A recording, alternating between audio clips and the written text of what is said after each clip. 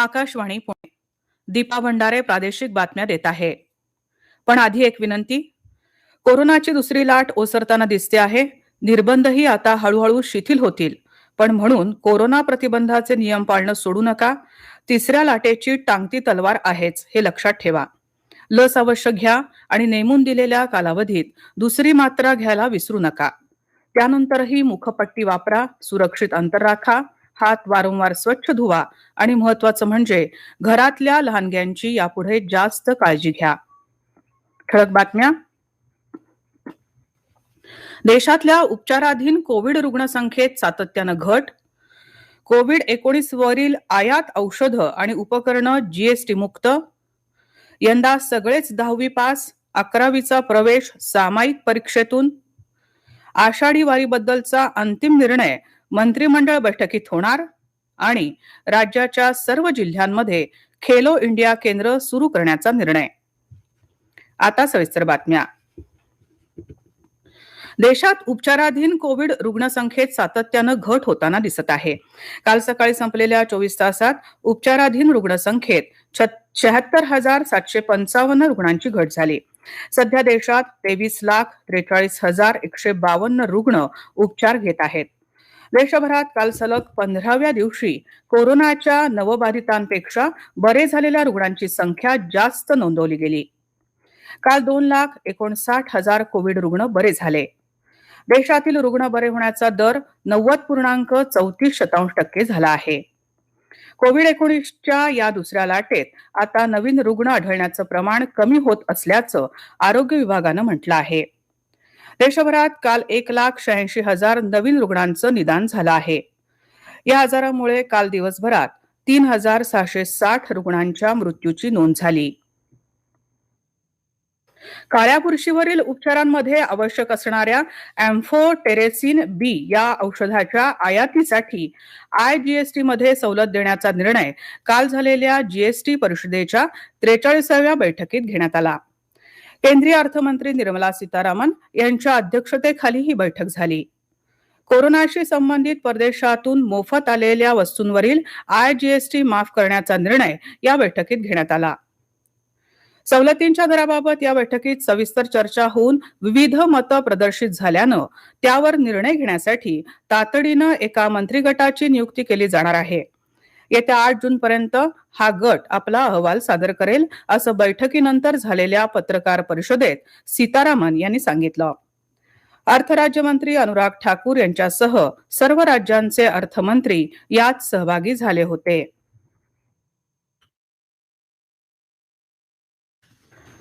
Covid संदर्भात उपयोगात येणारी औषधं, लस, वैद्यकीय उपकरणं, आरोग्यविषयक सेवा आदींवर आकारल्या जाणाऱ्या GSTवर अधिकाधिक सवलत देण्यात यावी अशी मागणी अर्थ आणि नियोजन मंत्री अजित पवार यांनी केली आहे.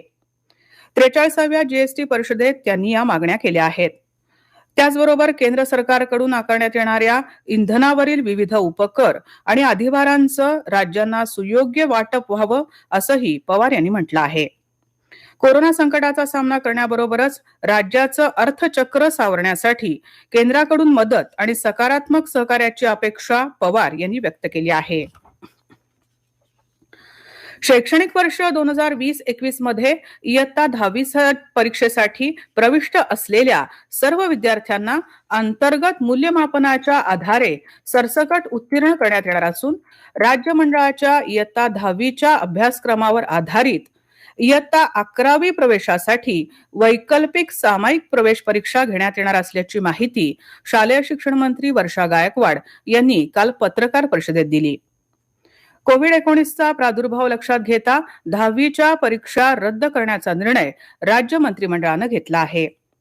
त्यानुसार राज्य शासनानं सुधारित मूल्यमापन योजना निश्चित केली असल्याचं गायकवाड यांनी म्हटलं आहे. त्याचबरोबर पुनर्परीक्षार्थी, खासगीरित्या प्रविष्ट असलेले विद्यार्थी, तुरळक विषय घेऊन बसणारे विद्यार्थी यांच्यासाठी देखील मूल्यमापन धोरण निश्चित करण्यात आलं आहे.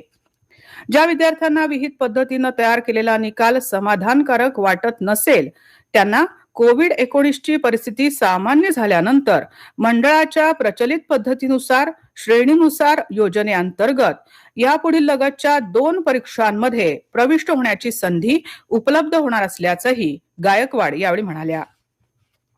दरम्यान विविध परीक्षा मंडळांनी या वर्षीच्या इयत्ता 10वीच्या निकालासाठी शाळा स्तरावर होणाऱ्या अंतर्गत मूल्यमापन विचारात घेतल्यानं इयत्ता 11वी प्रवेशासाठी एकवाक्यता राहण्याच्या दृष्टीनं आणि सर्व विद्यार्थ्यांना समान संधी मिळावी या उद्देशानं 11वी प्रवेशासाठी वैकल्पिक सामायिक परीक्षा घेतली जाणार आहे.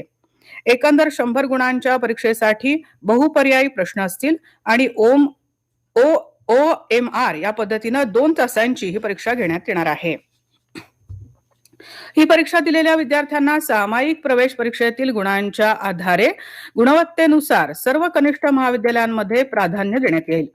सामायिक प्रवेश परीक्षा दिलेल्या विद्यार्थ्यांच्या प्रवेशानंतर कनिष्ठ महाविद्यालयांमध्ये रिक्त राहिलेल्या जागा ज्या विद्यार्थ्यांनी सामायिक प्रवेश परीक्षा दिलेली नाही अशा विद्यार्थ्यांसाठी खुल्या असतील आणि त्या जागांवर सामायिक प्रवेश परीक्षा न दिलेल्या विद्यार्थ्यांना इयत्ता 10वीच्या मूल्यमापन पद्धतीनुसार मिळालेल्या गुणांच्या आधारे गुणवत्तेनुसार प्रवेश देण्यात येईल असंही गायकवाड यांनी स्पष्ट केलं आहे. दरम्यान नवीन निकषांनुसार इयत्ता 10वीचा निकाल मंडळामार्फत पुढील महिन्याच्या अखेरीस घोषित केला जाणार आहे.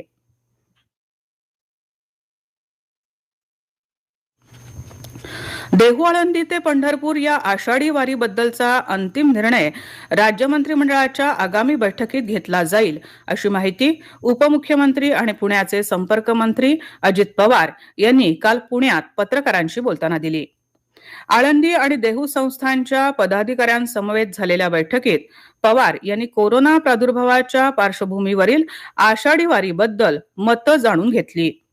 याबाबत गेल्या वर्षी दोन्ही संस्थानं तसंच वारकरी संप्रदायानंही शासनाला सर्वतोपरी सहकार्य केलं. यंदा मात्र पायी वारीला परवानगी मिळावी त्यासाठी मार्गदर्शक तत्वांचं पालन करण्यास तयार असल्याचं दोन्ही संस्थांच्या पदाधिकाऱ्यांनी या बैठकीत सांगितलं.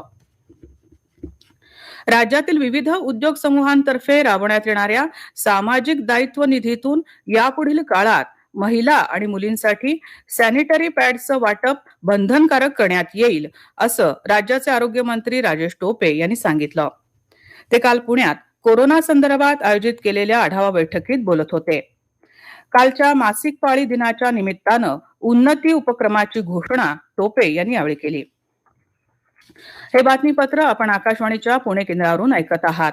आपण हे बातमीपत्र all India radio news Pune या आमच्या फेसबुक पेजवर, @AR न्यूज पुणे या ट्विटर हँडलवर, Marathi news Pune all India radio या युट्यूब चॅनलवर आणि न्यूज ऑन एअर या मोबाईल ऍपवर देखील ऐकू शकता. आरक्षणाच्या प्रश्नामुळे मराठा समाज अस्वस्थ आहे. मराठा समाजाला न्याय द्या, अन्यथा 6 जून पासून रायगडावरून आपण आंदोलनाला सुरुवात करणार असल्याचा इशारा खासदार संभाजीराजे भोसले यांनी दिला आहे. ते काल या संदर्भात पत्रकार परिषदेत बोलत होते. मराठा समाजाच्या प्रश्नासाठी 2 दिवसांचं अधिवेशन घ्यावं अशी मागणी देखील त्यांनी यावेळी केली. स्वातंत्र्यवीर विनायक दामोदर सावरकरांच्या 138व्या जयंतीनिमित्त काल राज्यात त्यांना विविध कार्यक्रमांमधून अभिवादन करण्यात आलं. स्वातंत्र्य चळवळीतील महान क्रांतीवीर आणि प्रखर देशभक्त वीर सावरकर यांना कोटी कोटी प्रणाम अशा शब्दात पंतप्रधान नरेंद्र मोदी यांनी ट्विटरच्या माध्यमातून अभिवादन केलं. तर केंद्रीय मंत्री प्रकाश जावडेकर यांनी आणि पुण्याचे खासदार गिरीश बापट यांनीही सावरकरांना या निमित्त अभिवादन केलं आहे. ऐकूयात याबाबतचा अधिक वृत्तांत आमच्या प्रतिनिधीकडून. नाशिक जवळील भगूर या सावरकर यांच्या जन्मगावी असलेलं स्मारक तसंच सावरकर यांचं वास्तव्य लाभलेल्या पुण्याच्या फर्ग्युसन महाविद्यालयाच्या वसतिगृहातील खोली देखील कोरोना निर्बंधामुळे बंद होती. पण मोजक्या लोकांच्या उपस्थितीत सावरकरांना अभिवादन करण्यात आलं. भगूर मधल्या कार्यकर्त्यांनी सावरकरांनी रचलेल्या गीतांचं गायन देखील केलं. स्वातंत्र्यवीर सावरकर राष्ट्रीय स्मारकाच्या वतीनं देण्यात येणारा शौर्य पुरस्कार हुतात्मा कर्नल बी संतोष बाबू यांना काल मरणोत्तर प्रदान करण्यात आला. तर समाजसेवा पुरस्कार पुण्याच्या राष्ट्रीय स्वयंसेवक संघ जनकल्याण समितीला प्रदान करण्यात आला. पुण्यामध्ये 15 वर्षीय स्वानंद बेहरे या बालव्याख्यात्याने सावरकर समजून घेताना या विषयावर व्याख्यान सादर केलं. तर डॉक्टर श्रीधर देशपांडे यांनी सावरकरांवरील विविध छायाचित्रांचं स्लाइड शोच्या माध्यमातून सादरीकरण केलं. कोरोना निर्बंधामुळे विविध संस्थांनी ऑनलाईन कार्यक्रम करण्यावरच भर दिला. स्वातंत्र्यवीर विनायक दामोदर सावरकर यांच्या जीवन संघर्षावर आधारित स्वातंत्र्यवीर सावरकर या चित्रपटाची घोषणा प्रसिद्ध दिग्दर्शक महेश मांजरेकर यांनी काल केली. आकाशवाणी बातम्यांसाठी आमच्या ठिकठिकाणच्या वार्ताहरांसह प्रशांत जाधव, पुणे. मुंबई विद्यापीठाच्या रत्नागिरीतील उपकेंद्राला ख्यातनाम चरित्रकार पद्मभूषण धनंजय कीर यांचं नाव देण्यात येणार आहे.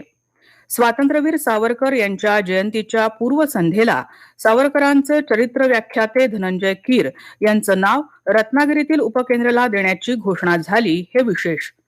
ज्येष्ठ पत्रकार जयू भाटकर यांनी यासाठी बराच पाठपुरावा केला होता. राष्ट्रीय संरक्षण प्रबोधिनीच्या अर्थात एनडीएच्या 140व्या तुकडीचा दीक्षांत समारंभ आज सकाळी पुण्यात संपन्न झाला. सिक्कीम विद्यापीठाचे कुलपती निवृत्त लेफ्टनंट जनरल डी.बी. शेकटकर यांच्या प्रमुख उपस्थितीत 215 कॅडेट्सना जवाहरलाल नेहरू विद्यापीठाची पदवी प्रदान करण्यात आली. 48 स्नातकांना विज्ञान, 93 स्नातकांना संगणक विज्ञान, 74 स्नातकांना कला शाखेची पदवी प्रदान करण्यात आली.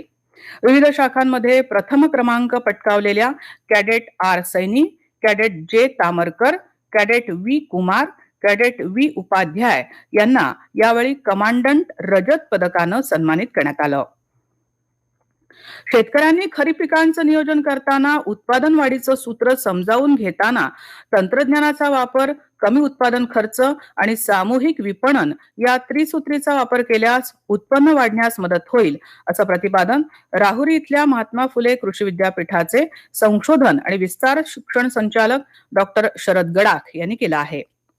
भारतीय कृषी अनुसंधान शेतकरी परिषद, शेतकरी प्रथम कार्यक्रम आणि राज्य सरकारच्या कृषी विभागामार्फत आयोजित ऑनलाईन खरीप हंगाम नियोजन प्रशिक्षण आणि शेती शाळेचं आयोजन करण्यात आलं होतं. त्यावेळी ते बोलत होते. चंद्रपूर जिल्ह्यातील दारूबंदी उठवण्याच्या निर्णयावर आरोप प्रत्यारोप होत आहेत. दारूबंदी उठवण्याचा निर्णय हा जनतेच्या मनातील निर्णय आहे, असं मत आमदार किशोर जोरगेवार यांनी व्यक्त केलं आहे. तर हा निर्णय अत्यंत दुर्दैवी असून महिलांच्या सन्मानाविरोधातील आहे, अशी प्रतिक्रिया चंद्रपूर जिल्हा परिषद अध्यक्ष संध्याताई गुरनुले यांनी दिली आहे. राज्यात 36 जिल्ह्यांमध्ये खेलो इंडिया केंद्र सुरू करण्यात येणार असल्याची माहिती क्रीडा मंत्री सुनील केदार यांनी काल दिली. केदार यांनी काही दिवसांपूर्वीच नवी दिल्ली इथं केंद्रीय क्रीडा मंत्री किरेन रिजिजू यांची भेट घेऊन महाराष्ट्रातील क्रीडा धोरण आणि आंतरराष्ट्रीय क्रीडा विद्यापीठाबाबत चर्चा केली होती. देशभरात सर्वत्र क्रीडा पायाभूत सुविधा उपलब्ध व्हाव्यात यासाठी राज्य सरकारच्या सहकार्यानं क्रीडा मंत्रालयामार्फत खेलो इंडिया केंद्र सुरू करण्यात येणार आहेत. त्यानुसार देशातील प्रत्येक जिल्ह्यात किमान एक खेलो इंडिया केंद्र मान्य करण्यात येणार आहे. या मोठ्या योजनेत महाराष्ट्रामध्ये सर्व 36 जिल्ह्यांमध्ये खेलो इंडिया केंद्र स्थापित करण्याचा निर्णय घेतला आहे. यासाठी केंद्र शासनाकडून 3,60,00,000 रुपये अर्थसहाय्य प्राप्त होणार आहे, असं केदार यांनी सांगितलं. सोलापूर मधल्या पुण्यश्लोक अहिल्यादेवी होळकर विद्यापीठात अहिल्यादेवी होळकर यांचं स्मारक उभारण्याचा निर्णय उच्च शिक्षण मंत्री उदय सामंत यांनी घेतला आहे. विद्यापीठ परिसरात अहिल्यादेवींचा 15 फूट उंचीचा अश्वारूढ पुतळा उभारण्याचा निर्णय देखील घेण्यात आला आहे.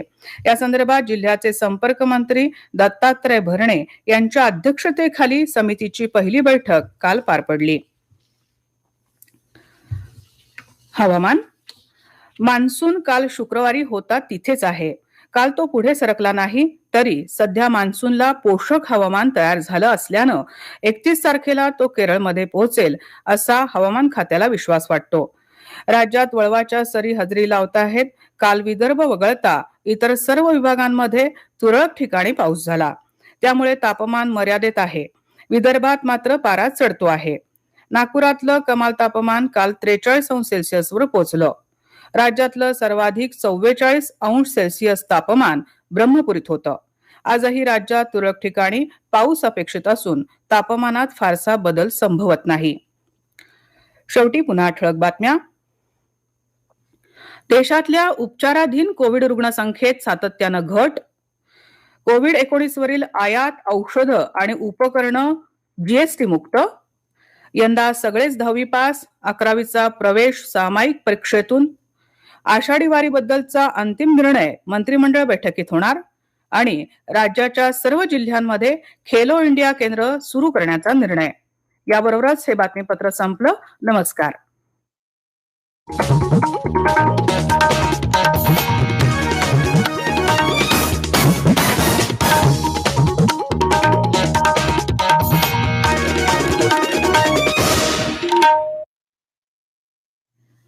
आकाशवाणी